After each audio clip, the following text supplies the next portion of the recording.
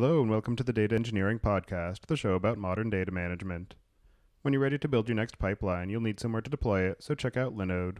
With private networking, shared block storage, node balancers, and a 40 gigabit network, all controlled by a brand new API, you've got everything you need to run a bulletproof data platform. Go to dataengineeringpodcast.com/Linode today to get a $20 credit and launch a new server in under a minute. And you work hard to make sure that your data is reliable and accurate, but can you say the same about the deployment of your machine learning models? The Scafos platform from Metis Machine was built to give your data scientists the end-to-end support that they need throughout the machine learning lifecycle. Scafos maximizes interoperability with your existing tools and platforms and offers real-time insights and the ability to be up and running with cloud-based production-scale infrastructure instantaneously. Request a demo today at dataengineeringpodcast.com/metis-machine to learn more about how Metis Machine is operationalizing data science. And if you're attending the Strata Data Conference in New York in September, then come say hi to Metis Machine at booth P16. And go to dataengineeringpodcast.com to subscribe to the show, sign up for the mailing list, read the show notes, and get in touch. And join the discussion at dataengineeringpodcast.com/chat. Your host is Tobias Macy, and today I'm interviewing Todd Walter about data curation and how to architect your data systems to support high-quality, maintainable intelligence. So, Todd, could you start by introducing yourself? Hi, Tobias. I'm Todd Walter. I'm Chief Technologist for Teradata. Been with Teradata for, as crazy as it sounds, 31 years, and joined the organization when Teradata was still a startup company, and have walked through all of the cycles and lifetimes of Teradata through its history. And do you remember how you first got involved in the area of data management? You know, it's funny. I didn't know it when I was a kid, but I've always been a data geek. I've always been fascinated by data. I got involved in a project in high school through my government teacher. My American government teacher, and digitized a bunch of maps and identified all of the publicly owned lands within the city to better understand the tax consequences of public owned lands, and just gotten hooked by data all of my life. I like to know the details. Yeah, it's definitely a very valuable skill to have, and it's become even more so as it has become the sort of default currency of businesses. It's so crucial these days. There's plenty of people out there saying that data or die, analytics or die, is the new model for companies, but I think that is more true than ever. I don't think it's the only thing. You still have to have a strategy. You still have to have something compelling to offer to your customers. But if you don't understand in detail how your business operates and how you make money and how you deal with customers, and you can't operate in the world anymore. You can't meet user and customer expectations. Yeah, and it seems that in the time leading up to the early 2000s, where we were starting to digitize our data sources, but we had a very small variety and small volume of them, that business analytics was in a sense easy because you didn't have so many different systems to consider. And so the answers you got were fairly well scoped, whereas now you have mountains of data to churn through and massive variety of sources. So it's kind of hard to understand the signal from the noise. And for a while in the sort of mid 2000s, there was the onset of the big data mantra of just save everything and magically good things will happen. So in that, I'm sure that your skills with data curation and data architecture have proved invaluable to yourself and all of your clients. So can you start by just defining what those terms mean and what their differences are in terms of curation versus architecture? Sure. I'm going to agree and disagree with you, though, on your point there. Certainly, separating the signal from the noise today has gotten significantly more difficult, partly just because of the enormous volumes of data. However, The number of sources has always been monumental. I've been doing data warehousing. I've been part of the data warehousing industry for much of my career at Teradata, and worked with a lot of different companies. And when I talk to these big customers, they're talking about thousands, maybe tens of thousands of source applications, each producing data independently, none of them architected to talk to each other or interact with each other, none of them with similar keys or similar representations of the data. Just because it was sort of structured data, just because it was more rows and columns, doesn't make the problem any easier. So data curation has been a problem for the entirety of the data warehouse industry, and the problem just keeps getting bigger and harder as we move into this era of, quote, big data, unquote. So what do I mean by data curation? I mean that the data needs to be managed, cleaned, reassembled, and made into a form that's actually usable by an analyst or a data scientist or a modeling system of some form. I like the word curation because it makes me think of the curator of a museum.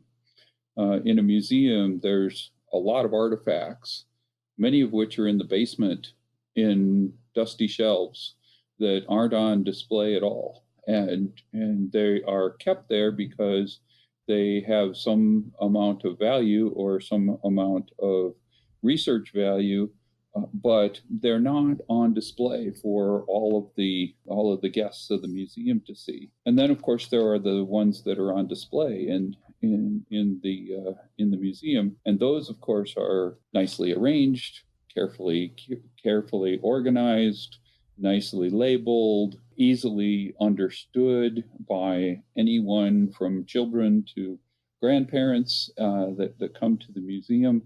The skeletons are articulated so that you can understand the creature that they came from, and the displays are all very carefully curated to make that user experience very easy and very understandable. And I think that data people these days need to think the same way.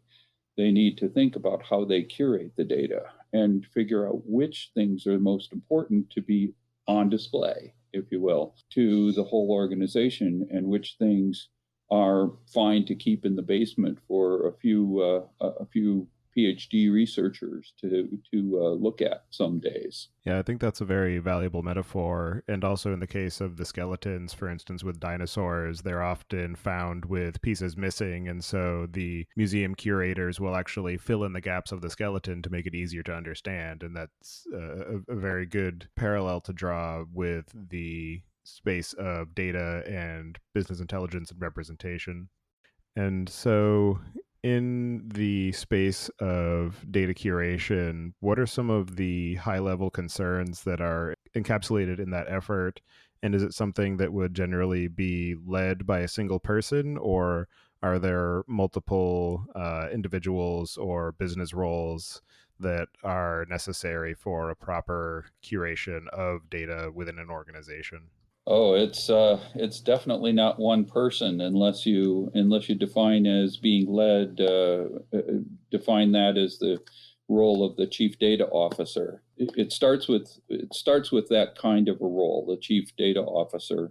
But the curation has to be a combined effort of the business owners and business users, along with the IT people and the people who are the ones who actually do the curation. And curation in a large organization is a monumental task. It is a never-ending monumental task because there's always new sources of data. There's mergers and acquisitions. There's always new applications. There's applications that change, and so It is this continuous process that needs to be prioritized and managed by multiple teams of people working closely together. The really highest level of concern is time to availability of the data. The traditional data warehouse model, it was to highly curate all the data and make available only highly curated data that was, let's say, perfect. No data is ever perfect, but let's say the data is perfect, and give it to the users only when the data is perfect for their BI applications and their dashboards and stuff. But the trade-off for that is that it takes a lot of time to do that. An ETL project for a new data source can take months. It can be a costly project that has to get in the budget and get planned for next year, and the elapsed time can be months or even years before the data and the team gets to curate the data and make it available to people. So there's huge pushback, and more these days, in these days of web time, instant gratification, the users are very impatient to get at their data. As a result, there's a huge amount of pushback. Say, well, don't curate the data, just give it to me in its raw form, and I'll do it, and I'll play with it as the end user. And that's okay, and that's actually can be a very good thing, but it also can introduce all sorts of problems when the person using the data doesn't understand the characteristics of the raw data and the data quality issues that might be in it.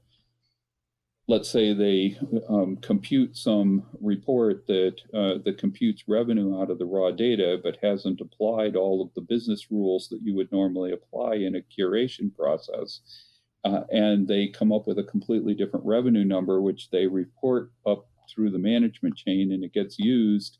Then now the company's really making bad decisions, or even getting executives in trouble because they are reporting incorrect data to the street or to investors or whatever. And so the whole process has to be well understood and well governed to make sure that the data that people use that's not curated is really understood to be not curated, and they're not using it for business critical decisions, whereas you're expending the right amount of energy on curating the right stuff to make sure that the business critical decisions are made on really good data. And that's really hard because there are many tens of thousands of attributes floating around in thousands of data sets in an organization. And so, how does the size and maturity of a company affect the different ways that they will approach architecting and curating the data that they're capturing, and the ways that they are building and tiering their data systems to enable the curation strategies that are being architected?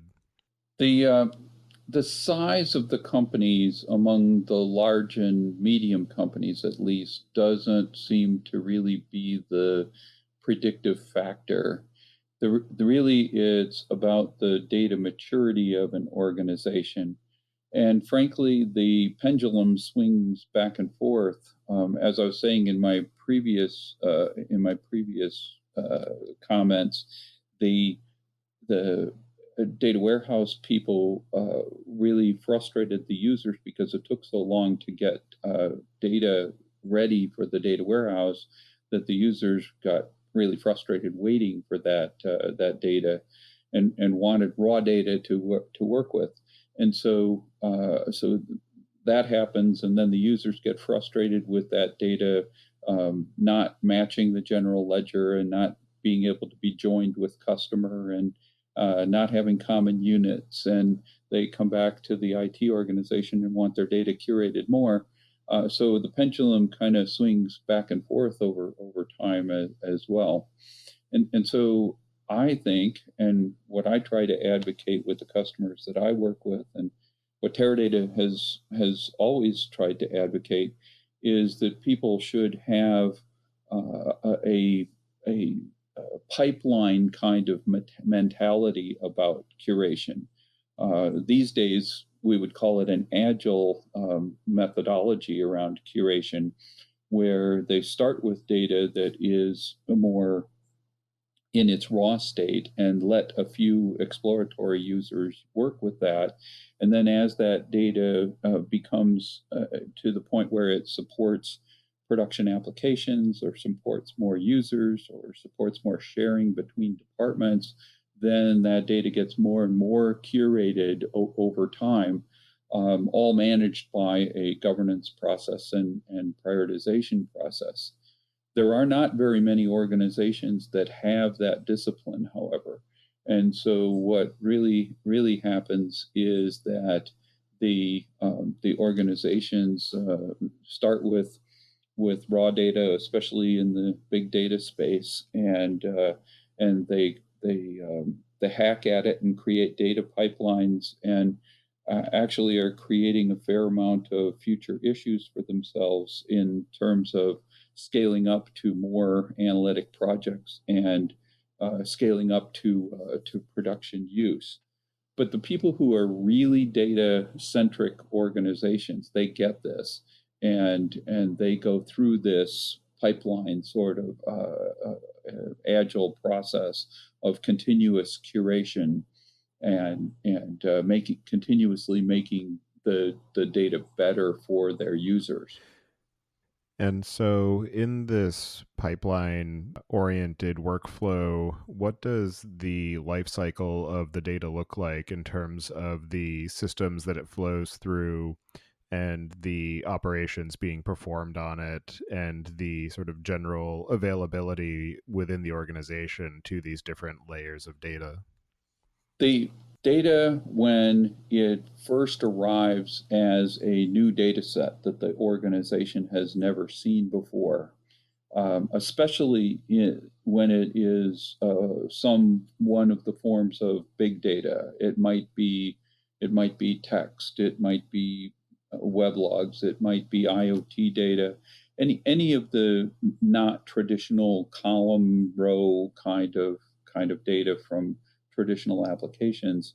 That data generally needs to land in some form of a data lake, some form of a file system, and a system that doesn't require significant rigor in the format of the data and the structure of the data. But that data is really only usable by a small number of heroes in the organization that really can understand all the details of the source systems and the data quality and the challenges of the structures of the data.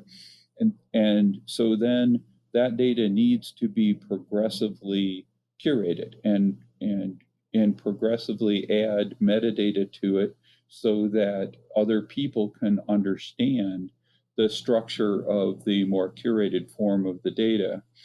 At the other end of the pipeline, when the data is being used by the enterprise as a whole, let's say it's the common view of customer data or the core financial data or that kind of information for the company, that data needs to be very highly curated and put in a form that everybody can use, which is usually, not always, but usually in a more relational form and in a more traditional relational form.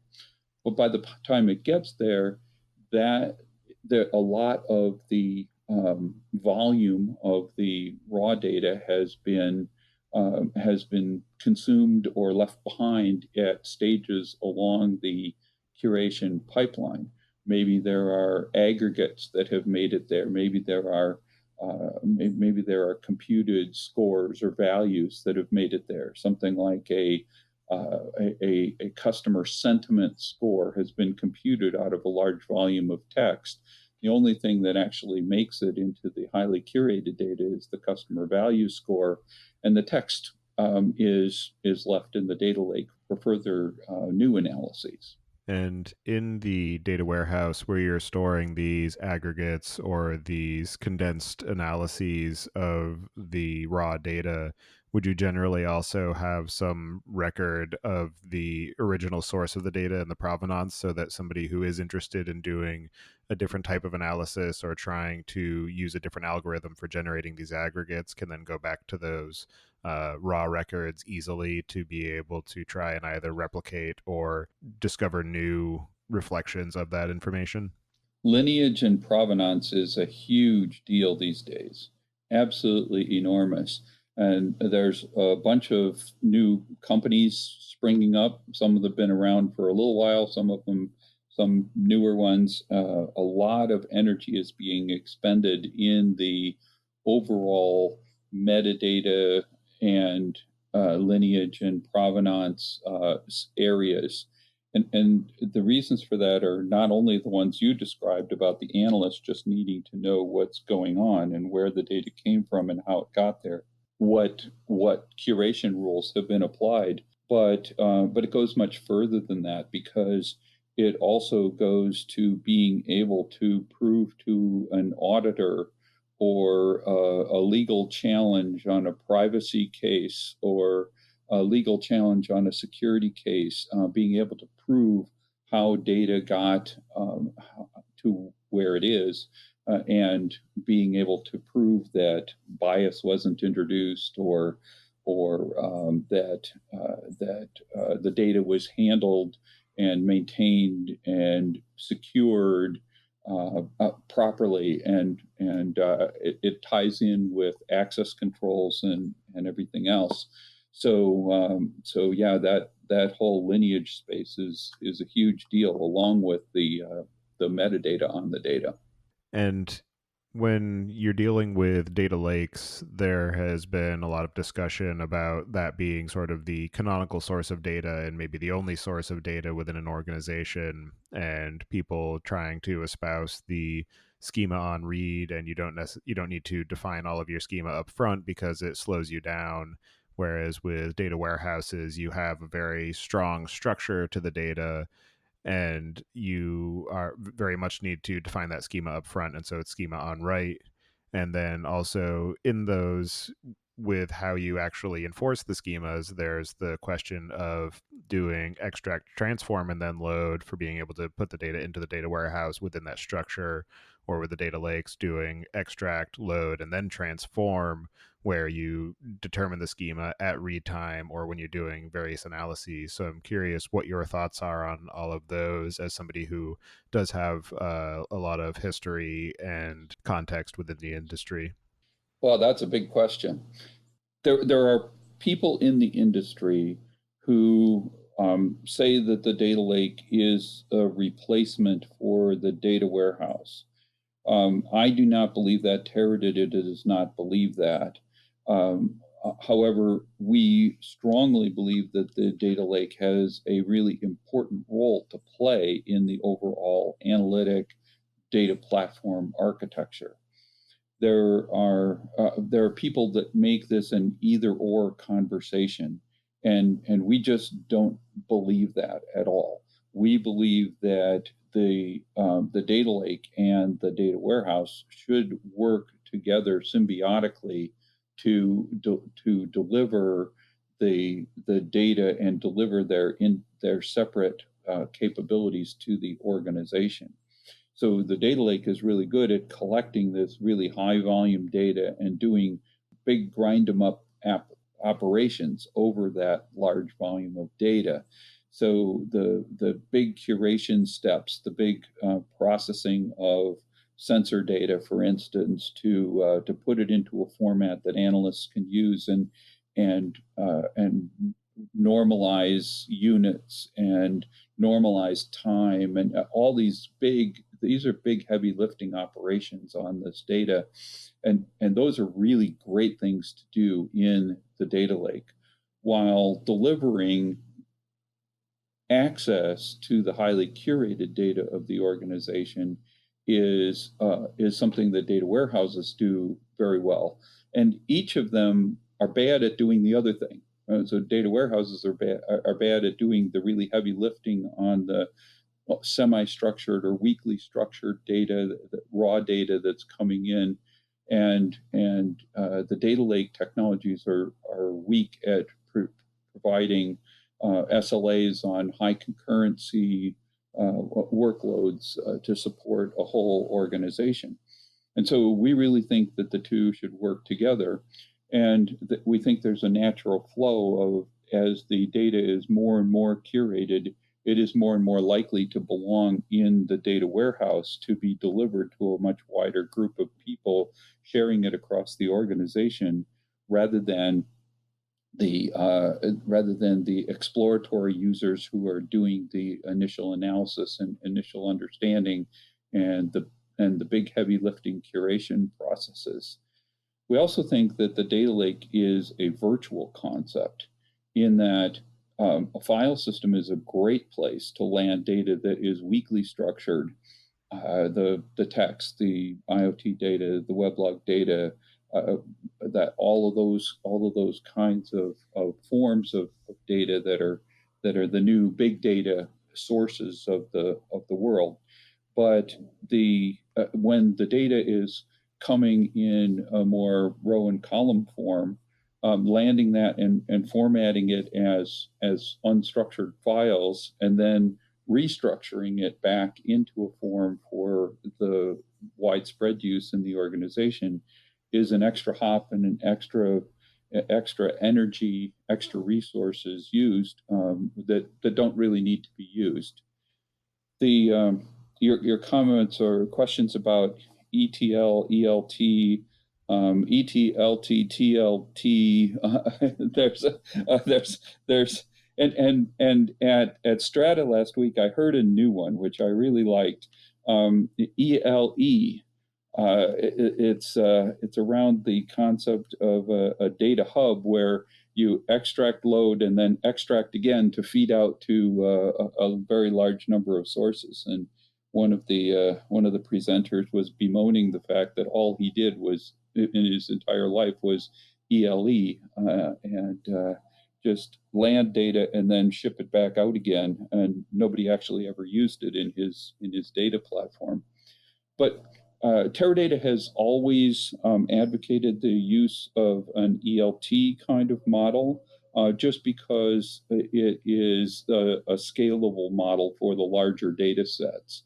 It's easier to do the transform processes with a parallelized, a scalable set of operations rather than trying to push them through a server, single-threaded server somewhere and process them record by record. That's fine for small data sets, but it doesn't work for large data sets. And the ELT model, of course, has been highly adopted by the data lake folks, where a lot of the curation is done on platform, leveraging the tools of the data lake environment, like anything from MapReduce, Pig, Hive, all the way up to Spark and Python scripts and everything else. But the goal is the same. The goal is to push the work into the scalable platform so that you can operate on the very large data sets and do the heavy lifting on the large data sets in a reasonable amount of time. Schema on read and schema on write come back right back to the conversation from before about the life cycle of data in an organization and the life cycle of data curation.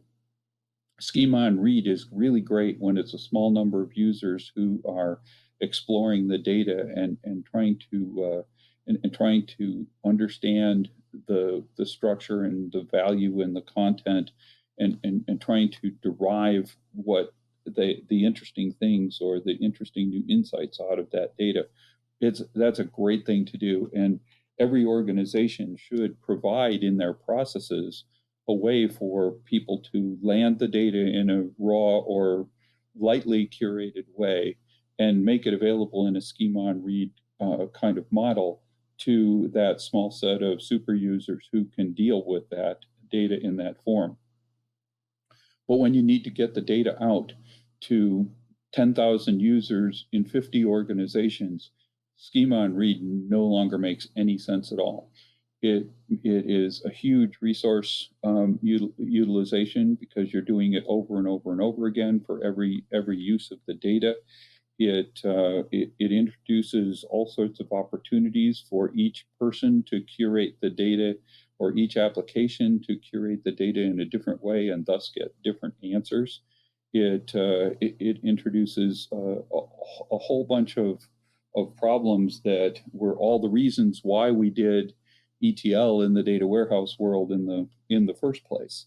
And so the more the data is used across the organization, the more production or data as a product the data becomes, the more curated it needs to be, and the more it needs to be modeled, and the work done, the curation work done once, and then the curated data used many times by the people downstream.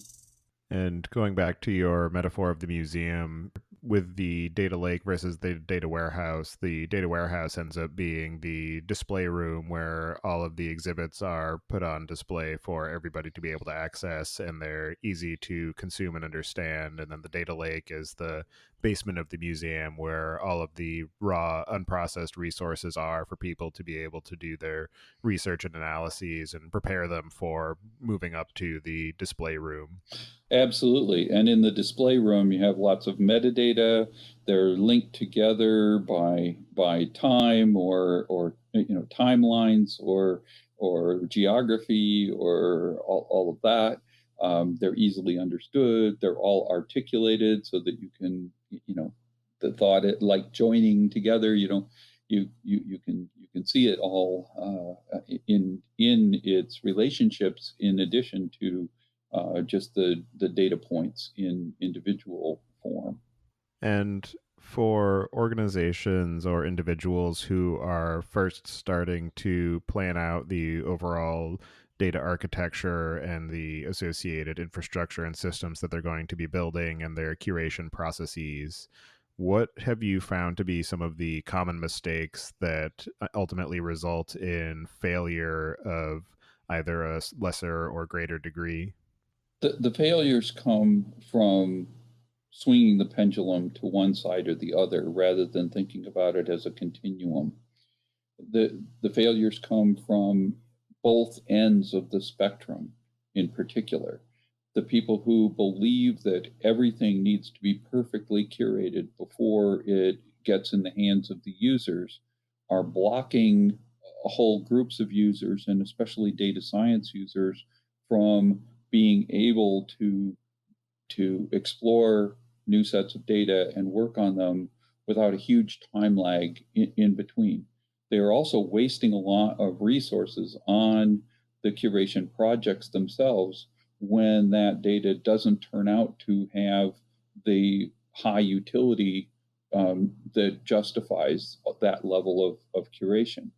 And on the other end, one of my favorite conversations ever was that I sat with a CTO at a very large organization, and he was very proud of the fact that he had gotten IT completely out of the curation business, and instead all that they were doing was gathering all the data in the raw form, dumping it in the data lake, and then giving access to the business organizations and saying it's all your problem, because that is going to result in failure. Well, it is resulting in failure because the user organizations don't have the skills. They are each curating their data sets independently. They're all coming up with different answers to the same question. They all have it's back to the worst of the data mart world in the 90s and early 2000s. And so it sounds that for somebody who is first beginning a new project or starting up or starting with a new organization, that their best path forward would likely be to start landing data in raw form in a data lake and then either doing it themselves or having someone help them or an analyst to actually start exploring the data, building reports off of that from the data lake to determine what's actually useful, what's being used by the broader organization, and then starting to encapsulate that and capture it in the form of a data warehouse, and then building out that data warehouse based on the data sets and reports that are most valuable to the organization while continuing to land new sources in the data lake as sort of a staging and testing ground. Exactly, and as you start from the beginning, building out a governance process that works with the users to understand what level of curation is actually required, and do the absolute minimum necessary curation to meet the business requirements. I call it minimum viable curation, stealing the term from the agile world. And the idea is that if you have a good conversation between the people who are doing curation and the people who are using the data, and you have a constructive conversation there continuously, then you can spend the right amount of time and dollars on doing the curation and be very selective. You might have a data set with 1,000 attributes in it, but the users who are producing the business reports say, well, we only care about these five. Then you don't need to curate the other 995. Don't waste your time on it. Curate out the five that you care about, that they care about, and leave the rest for another day when another application comes along, and those need to be curated to support another application or a new business use. That governance team is a key thing. Nobody gets to start from scratch. It would be nice to start from a green, blank sheet of paper or green field. Nobody gets to start from scratch. But if you did, if I got to start from scratch, I would start the governance process very early. It might be very light to start with, but I would be growing it as the data sets grew and as the usage grew, and as more and more people using more and more of the data more widely in the organization. And I'd build in the metadata from day one. You got to start capturing the metadata. It's very hard to go back and capture the metadata and the lineage after the fact. So I'd build in the metadata capture and lineage capture as automated as possible right from the very beginning, to make sure that everything track and trace on everything. And once the architecture has been established and put into production and people are starting to use it, what are some of the techniques or strategies that you use to allow for continued evolution of those systems to prevent stagnation and eventual failure of either the data platform and data project or the entire organization? I think we've touched on a lot of those points already. You have to have the governance. You have to have the metadata. You have to have the continuous conversation with the users, because just dumping data in a pile doesn't do anybody any good. There are lots of published reports these days about small percentages of data lakes are actually successful and actually delivering business value. Rewind 2 decades, and the same published numbers were written about data warehouses, and the failure modes are the same. The failure modes are because IT people do build it and they will come edifices, and those never work. They never succeed if they're not tightly linked with the business users from the beginning and have a good governance process. Then they will never be able to have a living data organism. The data of an organization is a very living thing, and it needs to be maintained and managed and fed and and managed that way. And for somebody who is interested in learning more about the overall landscape of data architecture and curation and some of the concrete strategies and systems that they can implement to help them in that journey, what are some of the resources that you recommend that you found to be the most useful? Wow. There's a lot of stuff out there, but it's really difficult to sort the wheat from the chaff.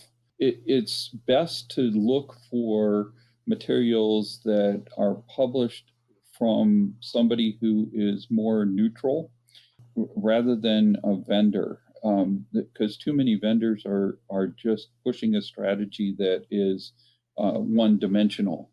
You know, a data lake vendor might be pushing the strategy of everything is schema and read and everything's landed raw, and you just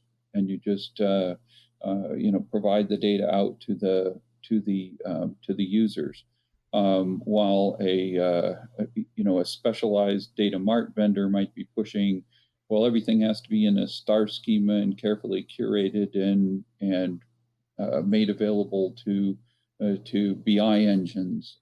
So there some of the vendor stuff can be quite one-dimensional.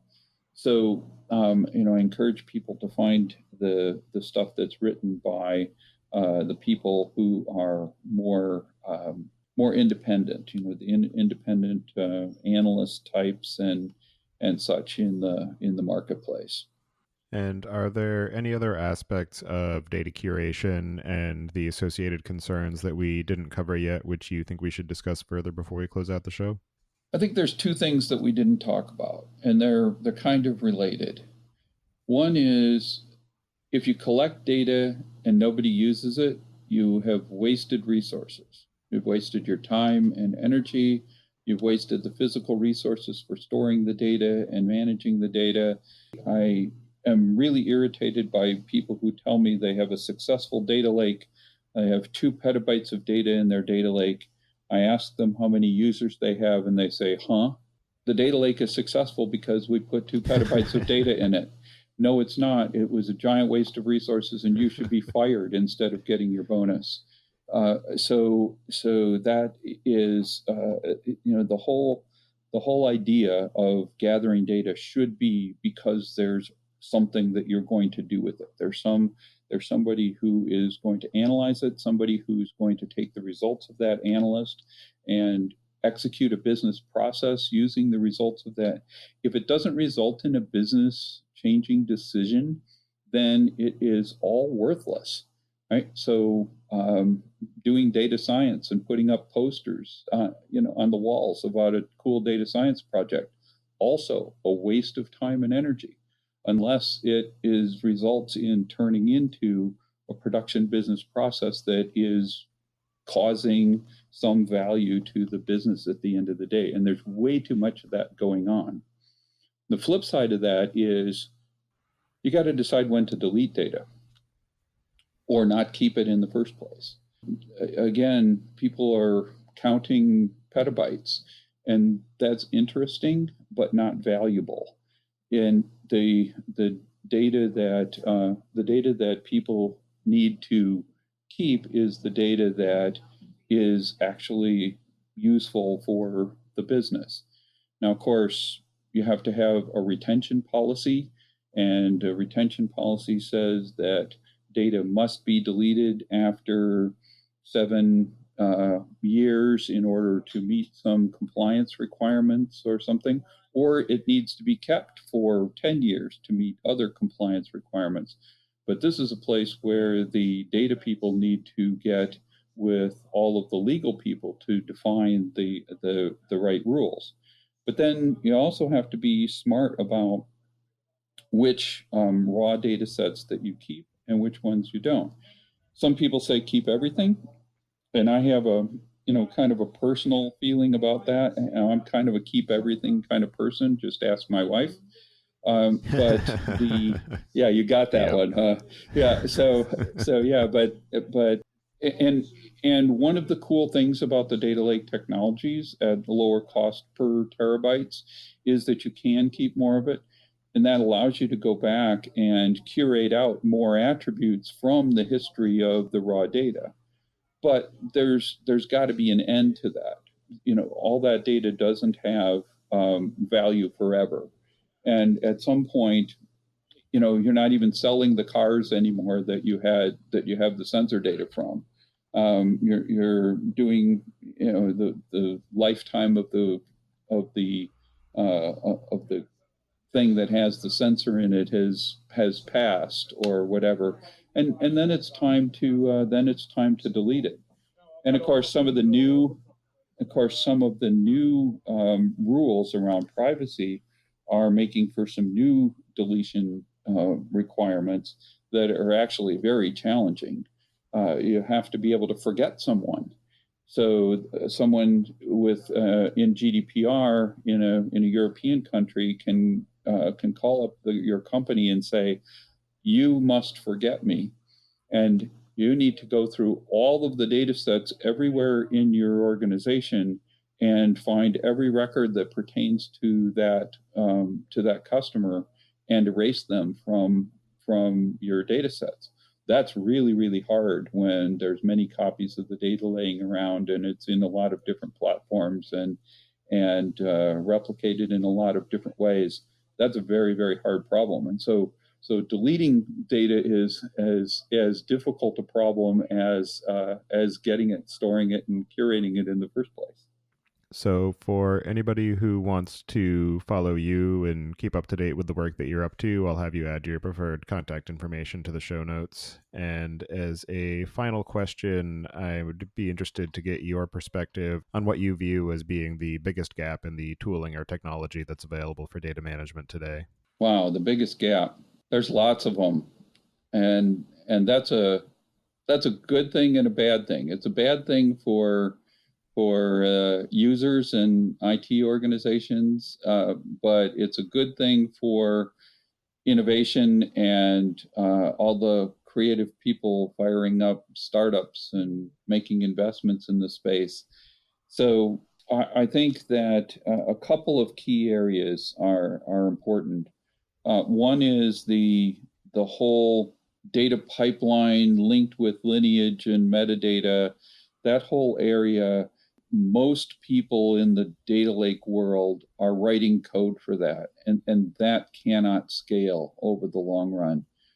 There are a number of companies in that space, but they're all small and fairly early, and nobody really has a comprehensive end-to-end answer similar to the answer that we had with the ETL tools of the data warehouse era.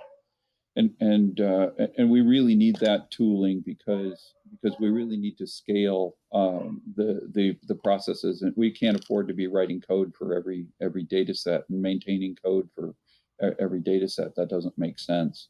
And on the usage side, it is crucial to much more tightly link all of the different analytics together and much more tightly link them to the data source. There's a lot of people doing tools and cool algorithms, but they are completely unlinked from the data stores, and you have to extract data and reformat the data and get it in the right form and put it through a tool. And if you need to use 3 algorithms, you need to use 3 tools. So this again can't scale because again people are writing code, lots and lots of nasty code in order to solve these problems. And this is an area where Teradata is spending a lot of energy right now, and we'll be making some announcements in the near future at our big user conference coming up in October. All right. Well, thank you very much for taking the time today to join me and discuss your experience and perspective on data curation and data architecture. It's been very useful for me, and I'm sure that the listeners will appreciate that as well. So thank you for that, and I hope you enjoy the rest of your day. Thank you very much, Tobias. It's been great talking with you.